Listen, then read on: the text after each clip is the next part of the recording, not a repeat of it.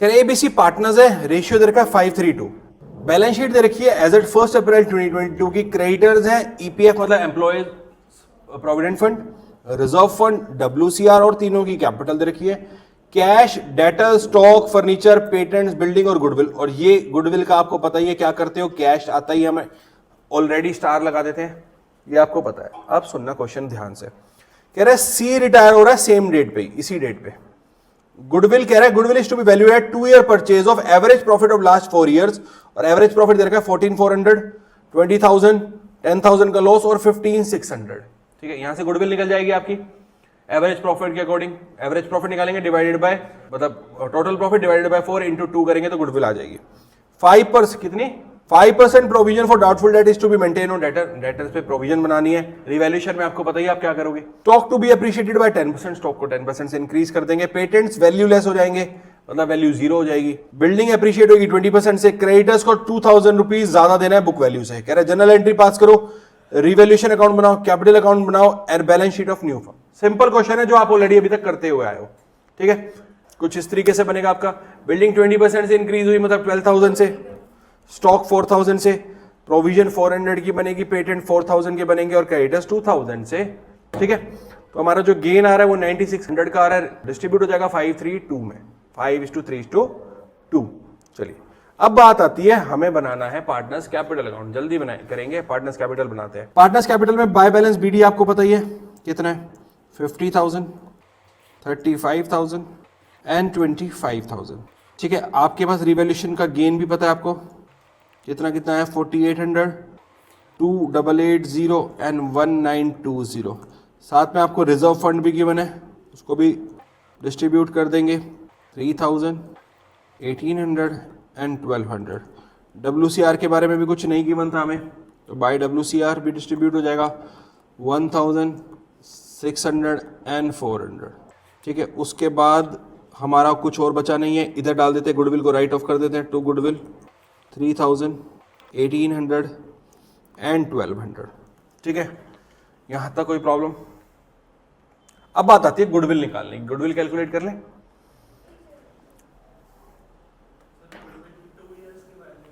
Goodwill calculate करिए आपने, मैं वर्किंग नोट बना देता हूं आपके लिए गुडविल का। Calculation of goodwill. Calculation of goodwill में हमें सबसे पहले एवरेज प्रॉफिट निकाल लेते हैं। एवरेज प्रॉफिट के लिए हमें क्या क्या डेटा गिवन है। एवरेज प्रॉफिट लास्ट 4 ईयर के प्रॉफिट गिवन है, कितने कितने हैं, 14,400 प्लस 20,000 फिर 10,000 का लॉस एंड 15,600 डिवाइडेड बाय 4। तो ये टोटल हो रहा है 40,000 ऊपर, 40,000 divided by 4 that is 10,000। Goodwill कितनी हो जाएगी, 10,000 इंटू 2 दैट इज 20,000। ठीक है जी, ये तो आ गई गुडविल ऑफ द फर्म, ये फर्म की गुडविल है। अब जो रिटायरिंग पार्टनर है वो कौन है, रिटायर कौन हो रहा है, सी रिटायर हो रहा है और सी का शेयर है 2/10। ठीक है, तो C share of goodwill 20,000 into 2/10 that is 4,000। तो अब गेनिंग रेशियो भी निकाल दो फटाफट। बेटा जब कोई इंफॉर्मेशन नहीं दे रखी हो तो ओल्ड रेशियो ही गेनिंग रेशियो बन जाता है, 5:3 विल बी। ठीक है, तो गुडविल अगर 5:3 में जाएगी तो कितना कितना हो जाएगा, 2,500 एंड 1,500 ए एंड बी में, क्योंकि 5:3 था उनका। ठीक है, तो यहां पे आ जाएगा मेरा 2। बताइए क्या क्या लिखूं। अब देखो यही समझना है अब आपको।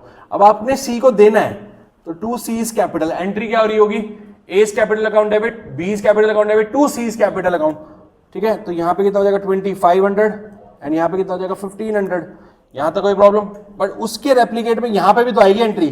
तो bye A's capital by B's capital कितना कितना कितना कितना 2,500 एंड 1,500। यही तो एंट्री होगी हमारी। मेन गेम तो यही है बस। अब समझना अब क्या करना है, इन कैपिटल अकाउंट को क्लोज कैसे करना है। सी का क्लोजिंग बैलेंस निकालते हैं, आ रहा है 32,520। यहां टोटल किया मैंने, और सी को ऑलरेडी गुडविल का राइट ऑफ कर रखा है 1,200। तो जो बैलेंस बच गया वो बचता है 31,320। तो उसके लोन अकाउंट में डाल दो, 2 C's लोन अकाउंट, क्योंकि कुछ मेंशन नहीं कर रखा पे किया है नहीं किया। तो उसके लोन अकाउंट में चला जाएगा 31,320, तो ये हो गया 32,520। अब बी की बात करते हैं तो आ रहा है 40,280, 40,280, तो ये बच जाएगा टू बैलेंस सी डी 36,980। ए की अगर बात करते हैं तो 58,800, 58,800, बैलेंस बच रहा है मेरा 53,300। ये मेरे बैलेंस सीडीज बच गए। मेन दो चीजें थी, इनको कैसे ट्रीट करें, कैपिटल अकाउंट वाला जो लोन में जा रहा है और दूसरा गुडविल की ट्रीटमेंट। पहले वहां पे तो हम करंट अकाउंट या फिर प्रीमियम फॉर गुडविल से करते थे, बट इस बार गेनिंग टू सैक्रिफाइसिंग है, तो गुडविल में दोनों साइड एंट्रीज होंगी, डेबिट साइड भी और क्रेडिट साइड भी, क्योंकि कैपिटल से ही ट्रीट हो रहा है। आई बात समझ में? तो अब बैलेंस शीट तो आप बना ही सकते हो, बैलेंस शीट बना के दिखाना जरा।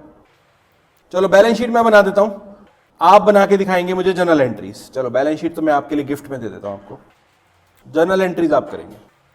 यस, अभी के अभी पहले मैं बैलेंस शीट बना देता हूं आपके लिए। देखो कैश में क्या चेंज आएगा वो भी देख लेते हैं। डेटर्स लेस प्रोविजन, 8,000 के डेटर्स थे, 400 की हमने प्रोविजन बना दी थी, तो 7,600 हो जाएगा। स्टॉक रीवैल्यू हुआ था, यहां पे हो जाएगा 44,000 क्योंकि 4,000 से इंक्रीज हो गया था। फर्नीचर 13,000 और बिल्डिंग हमारी 20% से इंक्रीज हुई थी तो 72,000। ठीक है, यहाँ पे क्रेडिटर्स 10,000 के 12,000 हो गए थे। सी का जो लोन था वो यहाँ अब लाइबिलिटी में आ जाएगा हमारे पास 31,320। ईपीएफ ऐसे कैसे ही रहा 5,000 और कैपिटल, बस इसके अलावा तो कुछ है ही नहीं।